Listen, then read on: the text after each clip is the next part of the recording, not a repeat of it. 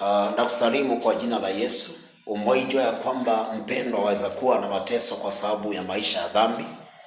Wakati mwingi watu husikia dhambi ikiwa nzuri, ikiwa za zingine iko na utamu na ni kama yapendeza machoni pao, lakini huenda ikawa what you are going through ni kwa sababu ya maovu. Kitabu cha Yohana 5:14 inasema ya kwamba Yesu ampata yule kijana hekaluni. Akamuuliza, je, wanitambua? Akamwambia ndio.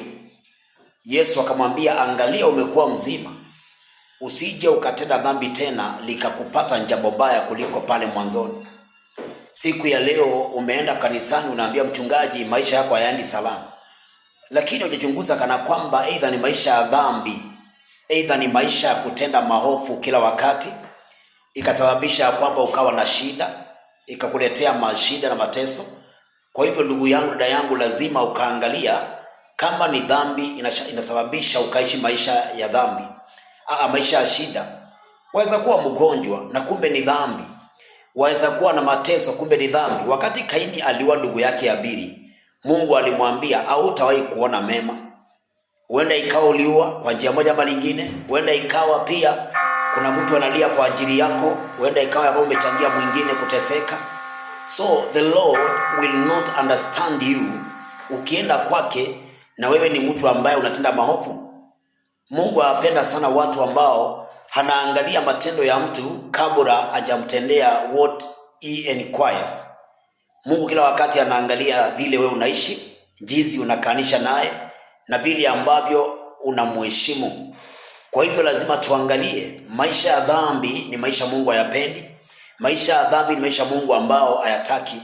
Kwa hivyo nakwambia mtu wa Mungu, kumbali kuacha dhambi. Si eti Mungu ako mbali nasi, lakini dhambi wakati mwingi ndizo huchangia mtu akaenda mbali na Mungu. Kitabu cha Isaya 59 na mstari wa 1 na wa 2. Mkono wa Bwana si mfupi ukakosa kuokoa, na sikio la Bwana si nzito likakosa kusikia.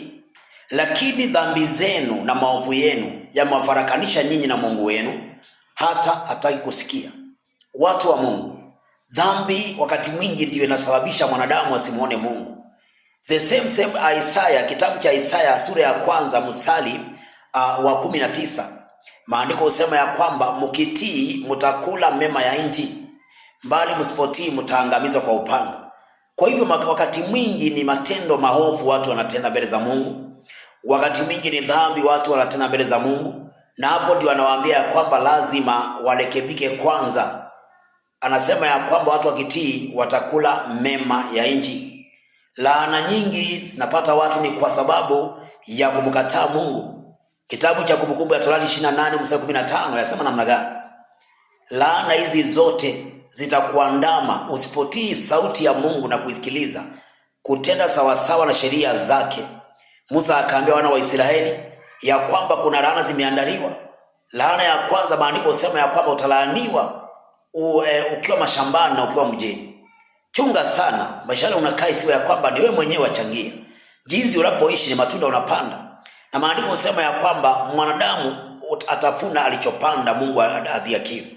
Wacheni ukimbilia wachungaji, anaweza kutia we moyo, hakuonyesha mambo ni mazuri, si vibaya, lakini kama ni dhambi umetenda, elewa kutiwa moyo na mchungaji, kupewa zile vivaa anauza makanisani, hakuwezi kusaidia. Hata ukimuita ndani, haitasaidia wakati kuna dhambi.